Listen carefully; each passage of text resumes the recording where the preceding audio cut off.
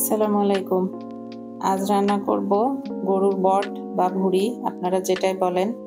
চুলায় fry pan বসিয়ে তার মধ্যে হাফ কাপ তেল দিয়েছি আমি। এর মধ্যে কিছু গরম মশলা এবং তেজপাতা।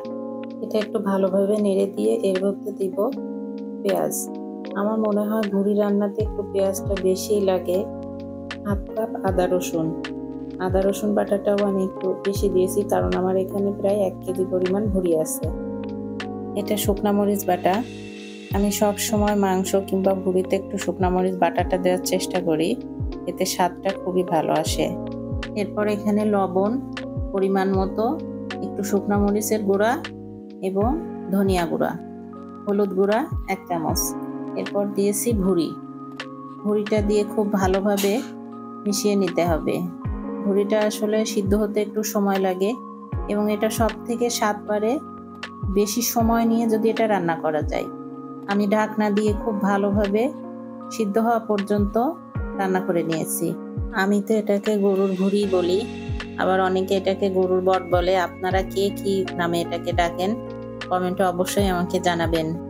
আমি 1 কাপ পরিমাণ পানি দিয়ে এটা খুব ভালোভাবে সিদ্ধ হওয়া পর্যন্ত ঢেকে দিয়ে রান্না করে নিয়েছি এবং এটা খুব অল্প আঁচে রান্না করেছি, যাতে ভুঁড়িটা মজে। যত অল্প আছে এটা খুব সময় নিয়ে রান্না করা যাবে, এর স্বাদটা ঠিক ততটাই ভালো হবে।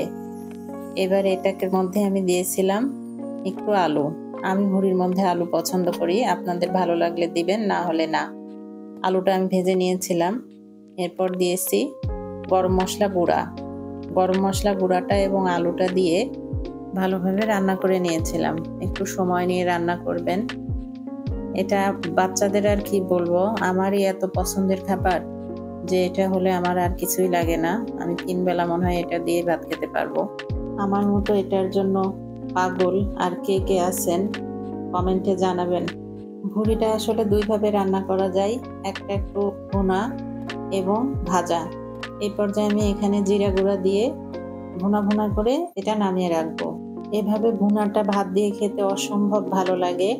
আর যারা একটু ভাজা অথবা একটু শক্তভাবে খেতে পছন্দ করেন, ভাজাটা করার জন্য এই পর্যায়ে চুলায় আমি আরেকটি ফ্রাই প্যান বসিয়ে এর মধ্যে দিয়েছি কিছু শুকনো মরিচ এবং 2টা কাঁচা মরিচ। শুকনো মরিচটা দিলে বেশি ভালো হয়। এবং পেঁয়াজ কুচি। পেঁয়াজটা এখানে অবশ্যই একটু বড় করে কুচি দিতে হবে, ছোট একদম কুচানো না। এটা একটু ভালোভাবে যখন ফ্রাই হয়ে যাবে, একদম বেরেস্তার মতো না, তার থেকে একটু কম। এরপরে এর মধ্যে দিব ভুঁড়ি।